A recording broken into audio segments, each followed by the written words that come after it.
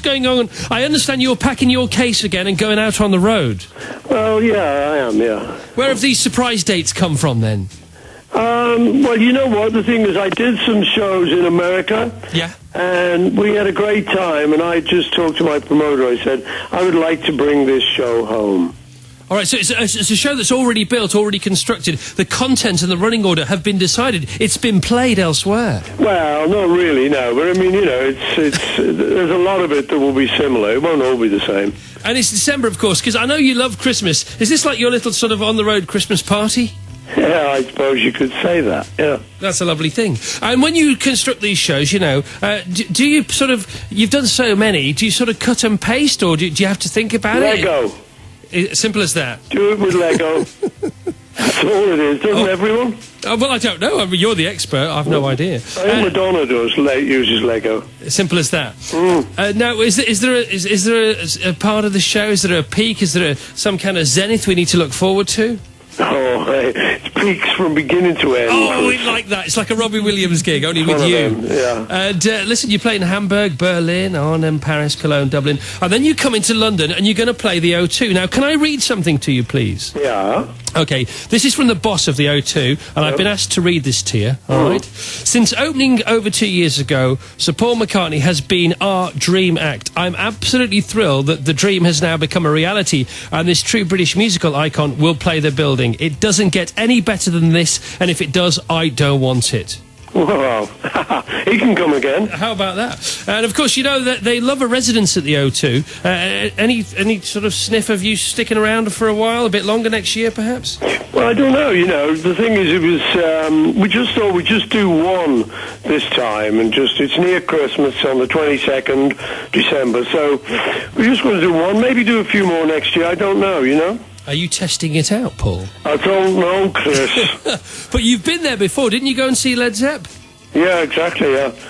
Actually, that's how it was put to me. Look, you know, Led Zeppelin did the one show, and so instead of sort of sweating and trying to do a big residency, I thought it'd be a good idea, actually, just to do the one. And we're not doing that many shows. Like you said, it's about 8 or 9, I think.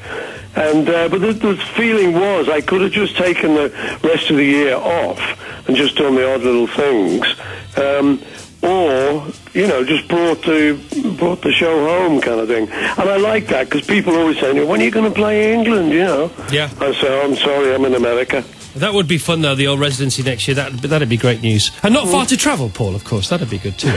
And I'm going to digress for 1 second, only briefly, because we just got this email in from Steve in Horbury. He said, years ago, Sir Paul was a guest with Mark and Lard on Radio 1. I managed to get through and asked him, was it true that you took a bus to learn a new chord from a man at the other side of Liverpool, and it was a B7? And you said, yes, it was. But then he never asked you, did you ever use that in a song? And if so, which song was it? Did we ever? Used it in everything. Did you? Yeah, once we knew B7, there was no stopping us. We had completed the golden triangle of E, A, and B7. You know the song I remember, a very early one that John and I wrote, really early, called One After 909. Right. Like that was on B7 forever. And then, you know, every song, like I say, you know, there's pretty much 3 chords to all those early songs.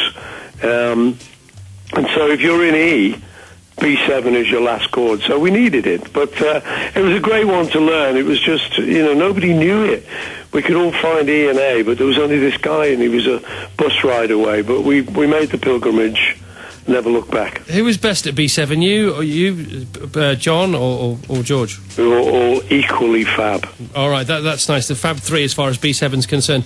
Just, would you say it's up there amongst your favourite chords? Well, B7. Yeah. I think I'd have to lean in that direction. All right, back to some more live news. Just tell us briefly, if you don't mind, before you go, and thanks for calling, by the way. Yeah, no. Good evening, New York City. Yeah, that's you know, the Beatles played a famous gig in Shea Stadium. The one where nobody could hear. That's right. So, yes. Really, in the very beginning, before people did stadium shows, the Beatles did. We did Shea Stadium, which is a big baseball stadium, and that went. You know, that then started stadium rock, and people like Pink Floyd consolidated it, and then everyone does stadiums now.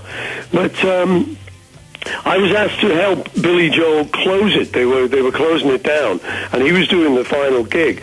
So he asked me. So it's a long story, but anyway, I managed to get there. I kind of flew out that night, and God, I don't know how I did it, but with the aid of the customs and the cops and everyone, I managed to get on stage right at the end of his show to close the old Shea Stadium. It was like about 5 a.m. for me by that time, but it was fabulous, and I really enjoyed it.